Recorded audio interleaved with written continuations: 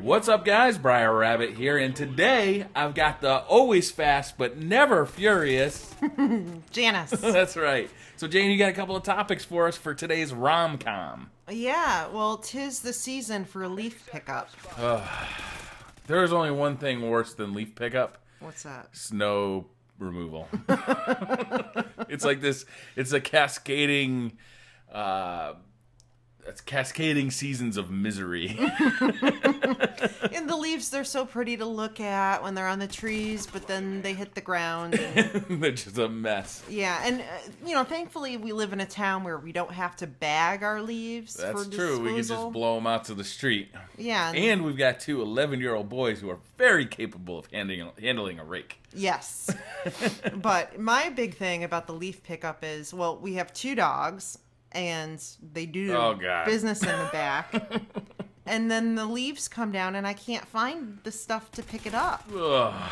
So then I'm raking leaves, and who knows what else. Yuck. So it's like the worst. So I've never lived in a house before where the dogs didn't have like a designated area for poopy. So these dogs, they just walk out into the yard and kind of do their business wherever. And they're usually doing it in different spots. They don't like to ever go in the same spot twice. Mm-hmm. So you just never know. The backyard has become this like unusable wasteland of fecal matter. Yeah, and like I'll spend the time and just go back and forth, picking up whatever I find. For like 45 minutes. Yeah, and it's not a good system. No. It's got to change. Yeah, we definitely got to change it. But back to the leaf pickup, man. A lot of leaves this year. And you get done, and then the next day it looks like it wasn't even done. An hour later, it looks like it hasn't been done. Yeah, I used to do it when I was a kid. I used to just try and like hold it off until all the leaves were off the trees. Mm-hmm. So sure, it was a really big job, but you only had to do it once. You didn't have to go out there weekend after weekend after weekend to do it. Mm-hmm. But that's not the MO at this place. So that's what we're doing every weekend. Fun. So last night I had the strangest dream. Oh, that's right. Okay, so Jan told me about this dream. Let me warn you about Jan's dream. Whenever Jan has a dream and tells me about it, I always come off looking like an asshole. So go ahead. So, this dream has some potential to become a movie someday or a book possibly, so I claim any copyright. That's right.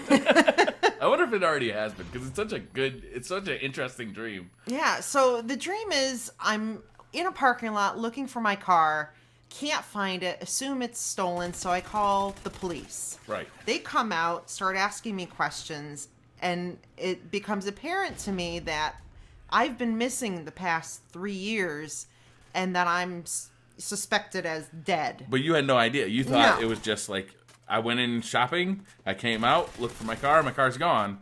But your car was gone because it was towed away 3 years ago. So the cops come to bring me home, and come to find out, well, the boys have aged, they've grown, but they're happy to see Mom. And Dave's here in the house, but he's moved on with his life, and there's another woman in the house. Right. And scoring bitches like crazy. Yeah, and you're telling me, well, you can spend the night at my mom's house, and I'm saying, no, this is my house and my family. She has to leave. And the woman's telling me, no, honey, we got rid of all your clothes years ago. This is my place now. So, it was horrible. It is. It's such a messed up thing to think about, because like if you imagine that actually happening, there's almost like no winning situation, right? No. I mean, it's like it's an oddball situation. But imagine if it really did happen. It's almost like that. You mentioned Castaway before. Right. It's almost like that movie where the guy is on this desert island. Everybody thought he was dead. He finally comes back, and he's happy to be back, except that life has moved on without him. Right. So, and that's exactly what you're talking about. Like, so I was thinking to myself, well, what would I do in that situation? I mean, those kids are your kids. Mm-hmm. But by then, 3 years later, I would have adopted them. They'd be my kids. Yeah. And probably if I'm remarried or heavily involved with another woman, she's going to feel some attachment to those kids too. Right. So like, what do we do? Do we have like joint custody? Like, or like, do I just like drop this other woman? But there'd be a real physical attachment or, loving attachment to that new woman, even though you're back. Oh my God, it's such a nightmare scenario. And in my mind, I didn't experience the past 3 years. I went to work or went shopping, went out, and no time had passed. I'm right back where I was, thinking my life is normal, only to find everything's changed. Everything's changed. Yeah. It is such a bizarre scenario. It's such a weird dream, but it's such a cool thing to think about. Yeah. Well, it's not cool to think about, but it's it's just such a mind bender to think about. Yeah, and then I put myself, thinking about the dream in the other person's shoes. Like, what if you had been gone for 3 or 4 years? We assumed you were dead. Yeah. And I, dealt with it and moved on, and all of a sudden you come back like nothing happened. What do I do? Yeah. How do I make a choice? It's a little bit of an easier scenario, I feel like, if it was me that came back, because, while I feel a great deal of attachment to those kids, they're not legally or biologically my kids right now. Right. Right? So that cuts down on some of the complexity.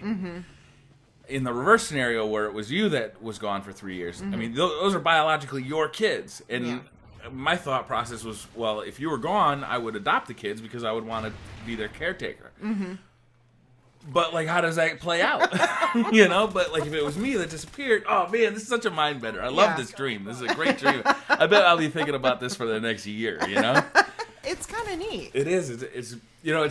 It's hard to think about. You almost got to detach yourself from, your actual feelings to really play it out, because otherwise it just becomes too nightmarish a situation, right? Right. But if you just try and play it out on purely a not narcissist, almost just a evil way, not evil, but just uncaring way. You just try and play it out for what is the greater good for everybody. There isn't one. No. There is no there's no solution to that issue that makes everybody happy. And what about the new love interest in the person's life? Right, it's not her fault, right? No, and also, unless it is her fault. Maybe she's the one who's been keeping you for 3 years. You were locked up in her basement. The whole plan was just to score me. Yeah, I don't blame her. Ah, that was sweet. Well, now for my secret question of the day. Yeah, I love the secret question. All right, what was the worst injury you ever sustained physically? Oh, man. So, when I was in junior high, I was a wrestler. It was my first year of wrestling. It was 7th grade. And I was a big kid. I weighed about 180 pounds. For junior high, 7th grade, that's a big kid. I think that's right. Actually, I might have that number wrong. My memory's a little weak, actually, on how much I weighed. Maybe I was 160. I can't remember. Anyhow, it doesn't matter. I was the biggest kid on our junior high wrestling team. And that created a problem when we went to other schools to wrestle other people. What happened is the weight classes weren't set up for kids that big in junior high. So what we did is whoever their biggest kid was the kid I wrestled. And sometimes those kids were really big. Really, really big. Were they older?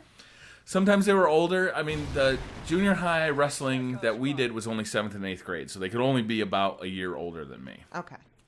But they were often very big. Very big, if you catch my drift.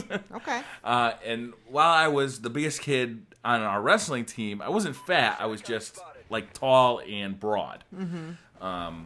So that put me at a little bit of a disadvantage against some of these kids that outweighed me by 60 or 70 pounds. That's a lot. So one of these wrestling matches, this was one of the first wrestling matches I ever had. We got into kind of that ready position, and this kid was mean looking, right? Inner city kid. He just had the look of, I'm going to kick your ass. So we get into that ready position, and as soon as the whistle blows, he just barrels into me, grabs me around my waist, picks me up, and we both come down on my butt, right? So he basically just barreled me down, and I landed flat on my butt.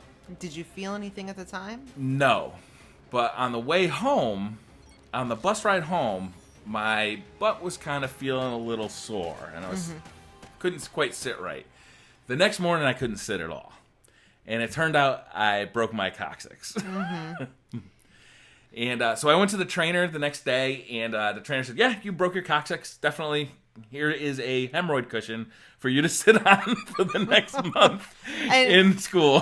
And for those of you who don't know, the coccyx bone is your tailbone. Yeah, it's like it's your tailbone, so it kind of projects a little bit, and if you land on your butt really hard, you can actually break it. Which is what I did, and then had to sit on a cushion with a hole in the middle for about a month in school. Did kids make fun of you for the hemorrhoid cushion? You know, they started to, but I kind of owned it. I said, hey, I got the most comfortable seat in the school. I'm carrying around my own pillow. Mm-hmm. So I kind of owned it, and people just kind of let it go because they weren't getting a reaction. They weren't getting the reaction they wanted out of making fun of me. So I just kind of let it go. But yeah, I mean, it was embarrassing. Definitely. All right, guys, that's going to do it for this Romm-Comm. Thank you very much, Jan. Thanks for coming.